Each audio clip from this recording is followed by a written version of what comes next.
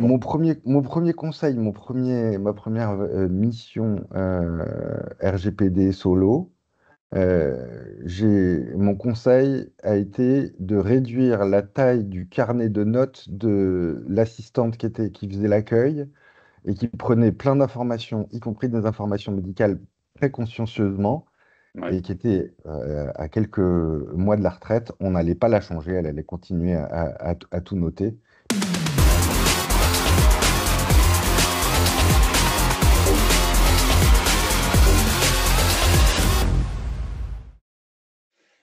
Bonjour Alexandre, Salut Stéphane. comment tu vas Alexandre? Super. Bon, top. Je suis ravi de t'accueillir. On va passer un petit moment ensemble pour parler de ton expertise et de ton activité. Ce qui va m'intéresser, c'est que tu vas nous permettre de reposer les bases déjà et puis de comprendre ce qu'est le RGPD, puisque c'est de ça dont on va parler, et plus globalement pour ceux qui ne connaissent pas le règlement général de la protection des données, hein, cette réglementation directive européenne, c'est de parler tout simplement de protection des données et de donner aux entreprises la possibilité de comprendre qu'elles ont des données sensibles, qu'elles ont des données à protéger, qu'elles ont peut-être même des obligations. Et on va revoir tout ça avec toi. C'est Est-ce que un peu tu peux ça. commencer par te présenter, Alexandre, et nous expliquer ce que tu fais, qui tu accompagnes, ton expérience, et ensuite on enchaînera sur les questions. Oui, bah écoute, d'abord je suis ravi d'être là. Ça fait 17 ans maintenant que je fais de la protection des données, la protection des données personnelles en particulier, mais de la protection des données au sens large du terme. J'ai l'avantage dans mon cheminement Mhm. professionnel d'avoir vu beaucoup de contextes. J'ai été en interne et j'ai créé la fonction de correspondant informatique et liberté, Ouais, donc l'ancêtre du DPO qu'on connaît aujourd'hui, c'est-à-dire le Data Protection Officer. Je suis dans mon conseil, j'ai dirigé un cabinet de conseil spécialisé, très à la mode dans les années, autour des années 2000, 2018. d'accord. Depuis, je suis à mon compte, ce qui me permet aujourd'hui d'avoir, si je jette un coup d'œil dans le rétro, Ouais, aussi bien accompagner 30% des entreprises du CAC 40, mais aussi ce que j'ai de plus en plus tendance à faire, des petites boîtes, voire des boîtes à taille humaine, voire des startups. ouais. Euh, et ça, c'est intéressant, le côté startup, parce que tout est à faire et le terrain de jeu est intéressant. Et notamment pour se demander, OK, qu'est-ce qu'on va faire, qu'est-ce qu'on va pas faire, qu'est-ce qui est prioritaire, Bien sûr. qu'est-ce qui compte vraiment, et où est-ce qu'on veut placer le curseur. Ouais. Et c'est un peu pour ça que je suis un petit peu reconnu dans la profession. C'est justement cette capacité à aider mes clients à positionner le curseur au bon endroit.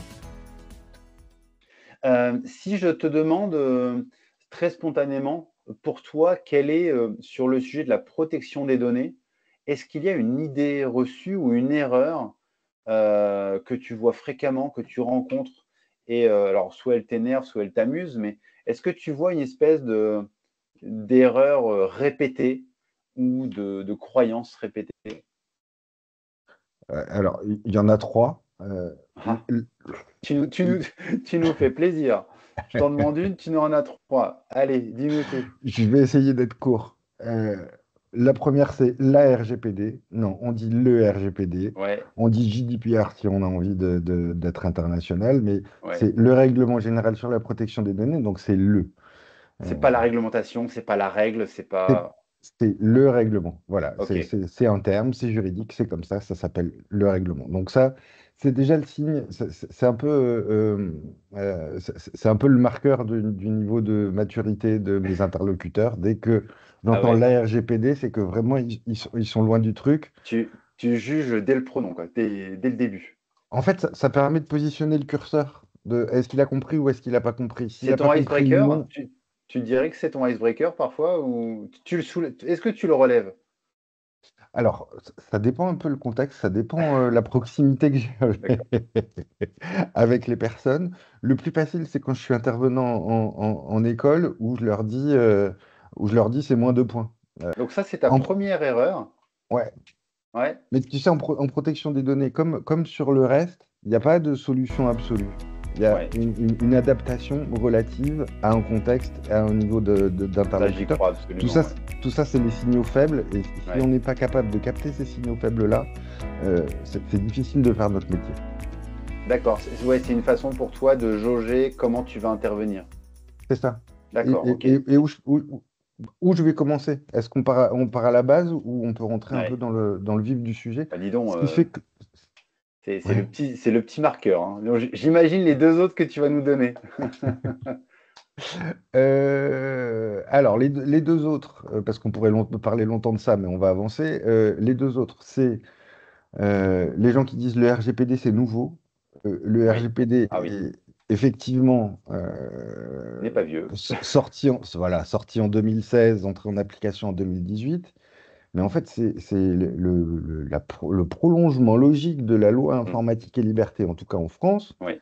qui existe depuis, et il est interdit de dire qu'elle est vieille puisqu'elle a quelques jours de plus que moi, quelques jours de moins que moi, qui est le prolongement de la loi informatique et liberté. Ouais. Donc les grands principes sont les mêmes. Donc si tu es en retard à RGPD, tu n'es pas en retard de 6 ans, 7 ans, 8 ans, tu es Ouais. en retard de 40 ans, quoi. Ouais. Et ça, c'est souvent quelque chose qui est oublié, c'est que le digital et tout ce que ça a amené derrière en termes de réglementation ou en termes de comportement, etc., ce n'est qu'une succession logique d'événements et c'est un continuum, en fait. C'est Et tu as ça. raison de le préciser. Et d'ailleurs, je trouve que, on en parlera certainement plus tard, mais je trouve que la cristallisation qui est proposée par les médias ou par certaines fois les discours politiques sur des momentum, des moments clés de discussion, parfois effectivement occultes, que pendant que ça discute, ça devrait déjà avancer, ça devrait déjà être mis en application, ça C'est devrait ça. déjà être, le retard pardon, devrait déjà être rattrapé. Donc tu as raison de le dire, c'est un vrai continuum tout ça. J'ai un de de quelqu'un dans mon réseau qui est avocat et qui me dit que 80% de ses demandes, c'est d'essayer, c'est que les gens essayent de dire, trouvez-moi un argumentaire pour dire que je suis pas soumis à ça. Mm. Ouais. Plutôt que de faire et de se poser la question et d'enclencher une Ouais. mécanique qui est plutôt vertueuse, pas pour être conforme, Ouais. c'est pas une fin en soi, mais de mettre des efforts, y compris des efforts financiers en allant chercher des avocats pointures dans leur Ouais. domaine, euh, d'essayer de sortir du truc, quoi. Mais de Mais tu quel mets le truc doigt tu veux sur quelque sortir, quoi. chose, hein. Mm. Je trouve que tu mets le doigt sur quelque chose parce que la protection des données, donc effectivement le respect du règlement général, euh, moi je suis assez d'accord sur le fait que, enfin je suis assez d'accord, je constate aussi que beaucoup de gens essaient de le contourner et beaucoup de gens essaient de ne pas en faire une priorité. Sauf que déjà, ça suppose qu'ils n'ont pas bien compris le bénéfice qu'ils pouvaient tirer Mm, mm. d'être conformes, ou en tout cas de tendre à l'être. Euh, Parce qu'on en parlera aussi, il y a des gens qui doivent réellement l'être, conformes, et qui ont une obligation d'action là-dessus. Mais je suis assez surpris de la manière dont les gens essaient effectivement de contourner. Ce qui est probablement aussi une preuve qu'ils n'ont pas cette priorité-là en tête. Donc, est-ce que c'est un déni de valeur que ça leur apportera? Est-ce que c'est plutôt un refus d'obstacle? C'est pas évident, mais il faut arriver à comprendre pourquoi le dirigeant ne se responsabilise pas davantage là-dessus, parce que ça va être la clé de voûte de l'existence ou du mirage qu'est notre marché, ou qu'est le marché. Ouais. Euh, oui, mais c'est aussi notre rôle aussi, j'en discute beaucoup, hein, que ce soit sur la partie cyber ou sur la partie RGPD, c'est qu'on a du mal on a vite tendance à rentrer dans de la sécurisation et pas dans l'objectif de la sécurisation. Oui. On va voir nos clients, on leur dit, il faut mettre un firewall, mais super, à quoi ça sert le firewall en Mm. fait? Et au-delà de sa compréhension, son niveau d'acculturation au sujet, Oui. en fait, on a du mal tous, hein, mais je pense qu'on y travaille, moi j'y travaille en tout cas, Oui. pour vraiment dire, attends, mais t'as des flux qui rentrent et qui sortent, quoi. Mm. Mais juste un obstacle. Oui. Et ce langage-là, il est souvent plus parlant, notamment si on arrive à le convertir dans la vraie vie, quoi. Tu mets des serrures à tes portes, bah, tu mets des serrures à tes Oui. portes. La cyber et le RGPD, ça commence par là. Mm. Bon, Si tu as une démarche un peu générale ou un schéma de pensée à nous partager, comment est-ce que tu fais pour, de cette prise de contact avec un dirigeant ou avec un responsable, comment est-ce que tu l'emmènes sur ton expertise, ta méthodologie? Par quel raisonnement tu passes pour le faire passer à l'action? alors, il y a un premier biais, c'est que s'ils arrivent à me contacter, s'ils arrivent à avoir rendez-vous, il y a déjà une envie, une appétence et une idée. Donc, c'est Une presque le plus volonté. facile. Ouais, ouais, d'accord. Oui, tu as raison. C'est ça. Ils savent pas trop dans quoi ils vont se mettre, mais ils savent que pour telle et telle raison, il faut qu'ils s'y Oui, mettent, quoi.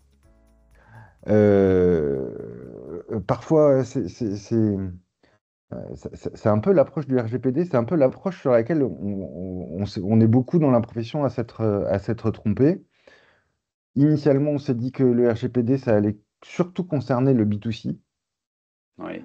parce que consommateur, parce que données à grande CNIL, échelle, parce que big data. ouais. Et puis, est-ce que c'est aussi parce que le régulateur en face, c'est la CNIL, et la CNIL, on la connaît historiquement plus sur la protection des droits individuels liés aux données.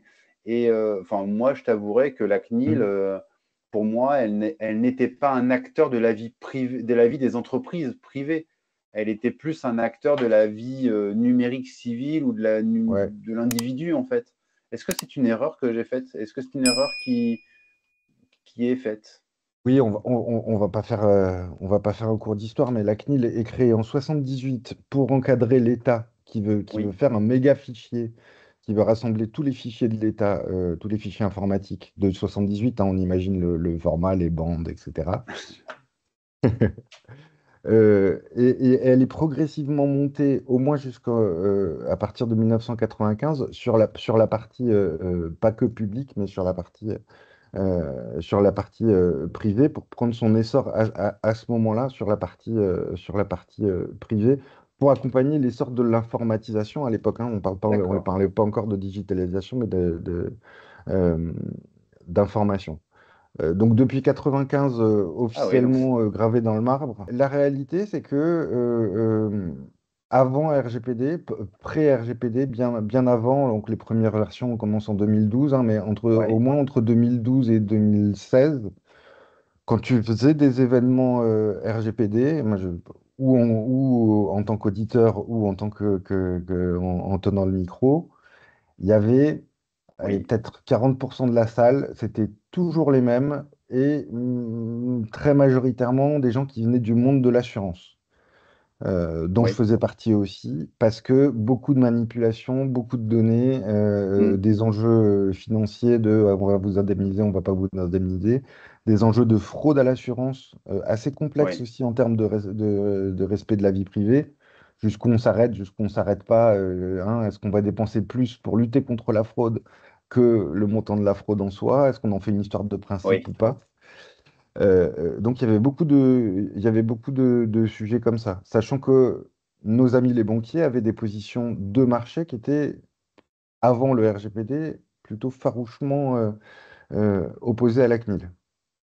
oui. Et donc c'était l'assurance qui était vraiment tête de pont, l'assurance et tout ce qui est service à la personne. Là, ça peut valoir le coup de rappeler dans le RGPD, tel qu'on le connaît aujourd'hui, quelles sont les données, alors quelles sont les données qui sont concernées et quels sont les métiers qui sont impactés. Et je vais t'amener assez facilement, je pense, à rendre compte à l'audience que toutes les entreprises ont au moins un des métiers impactés, concernés, si ce n'est plusieurs, évidemment, à chaque fois. Est-ce que tu peux, comme ça, un petit peu nous, de manière très facilitante, nous cartographier le type de données qui sont concernées et du coup les métiers qui sont impactés? Alors, je vais te faire un raisonnement par l'absurde, mais parce que c'est au moins confortable intellectuellement. Une Ouais. entreprise qui n'a pas de clients et pas de salariés n'est pas concernée par le RGPD. Ah, ça, c'est très bonne nouvelle. Certains se reconnaîtront peut-être et d'autres se diront qu'ils sont concernés. D'accord. Oui, non, C'est mais tu as ça. raison. parfaitement Parce qu'en efficace. fait, tu as t'as forcément des clients et donc tu as des données pour les clients, ne serait-ce que pour Ouais, discuter avec eux. Et à partir du moment où tu es salarié, tu as forcément des données sur les salariés.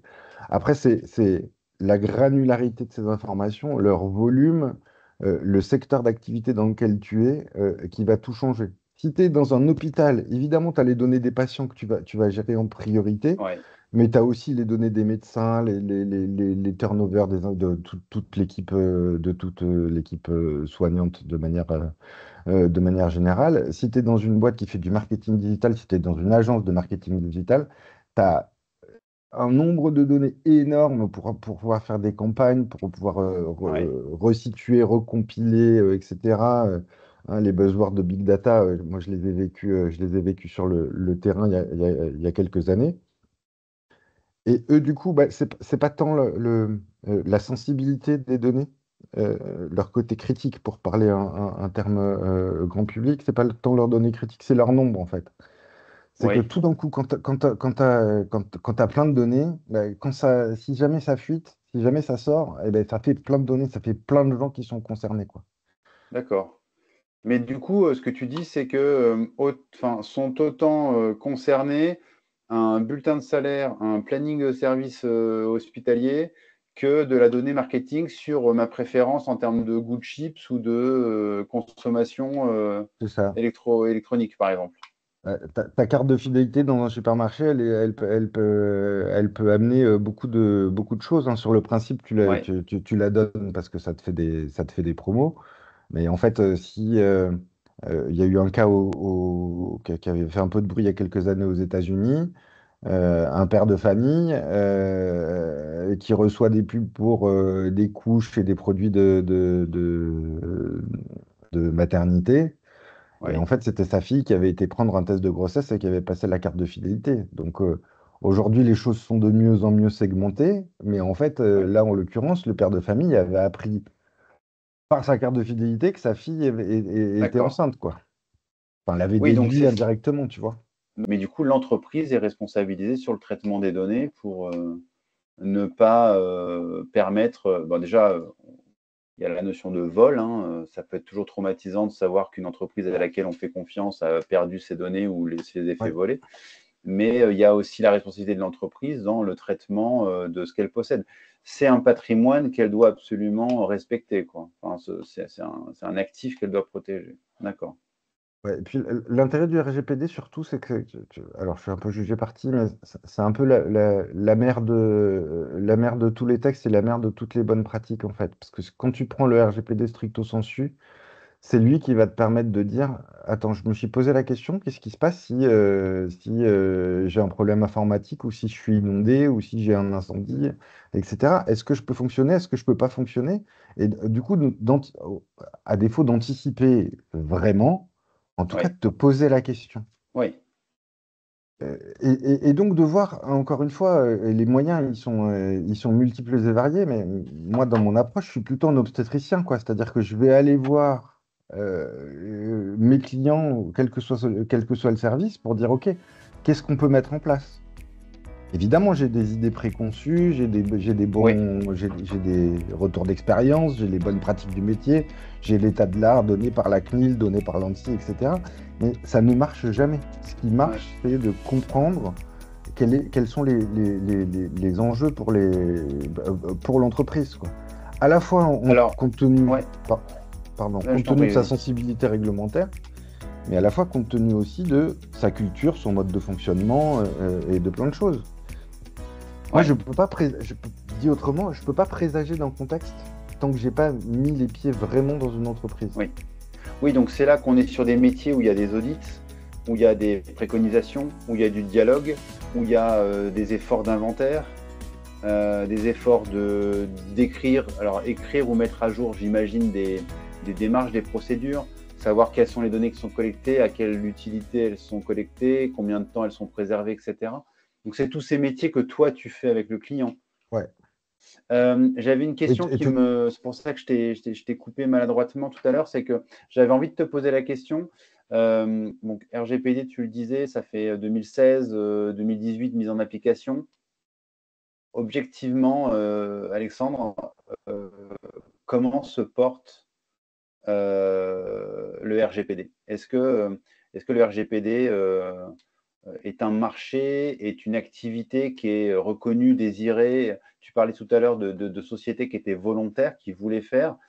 On ne va pas se mentir, on est tous les deux des professionnels, on est sur des marchés parce qu'on croit à la nécessité d'intervenir sur ces sujets, on croit à la vertu et à au bien fondé de protéger les entreprises, de les concerner Mm. parce qu'elles ont ce qu'elles ont à faire, quels services elles ont à rendre, etc. Et puis, le cas échéant, quelles règles elles doivent respecter. Mais on est sur des marchés où il faut encore beaucoup sortir avec son bâton de pèlerin et parfois faire Ouais. beaucoup d'efforts d'évangélisation.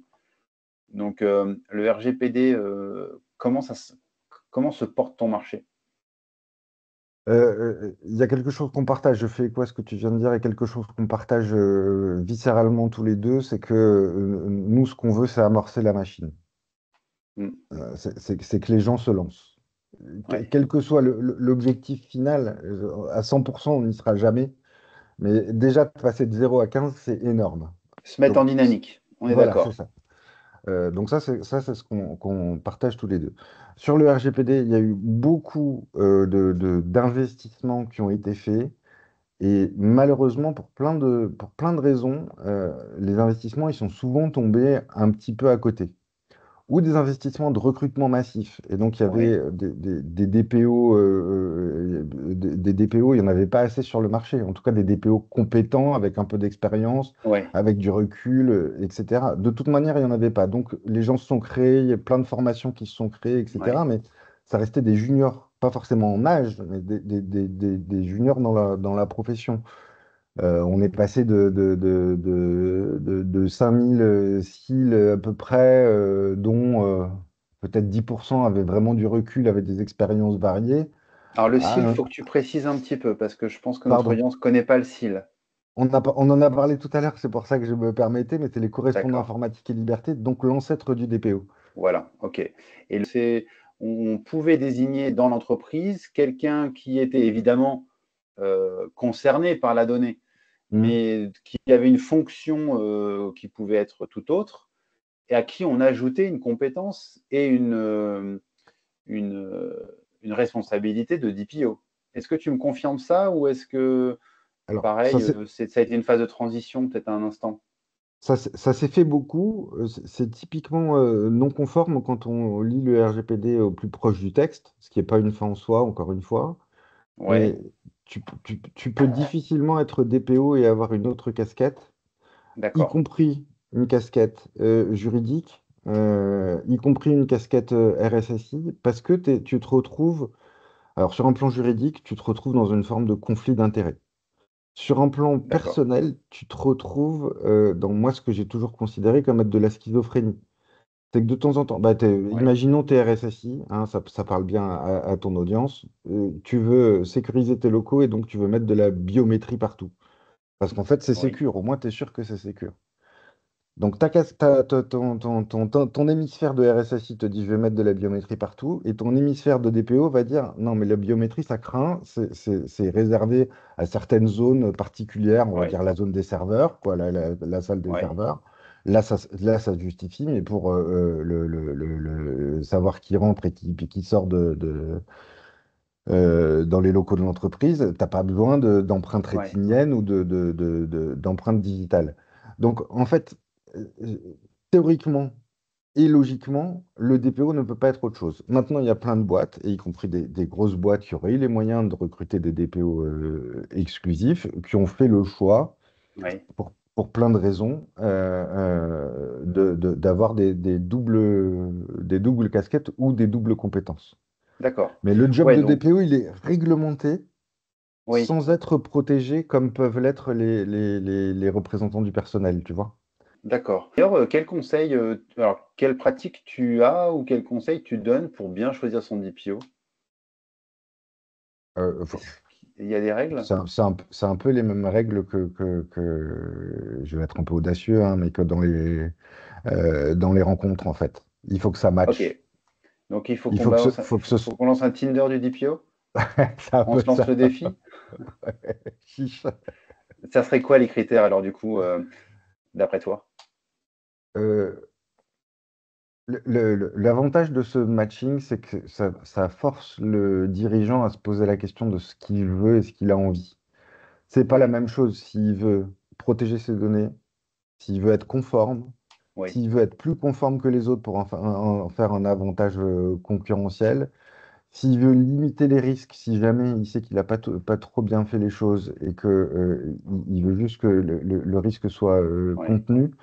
Tout ça sont autant de nuances de la démarche RGPD, oui. c'est-à-dire que moi je ne parle pas de mise en conformité, c'est un pilotage, c'est une démarche.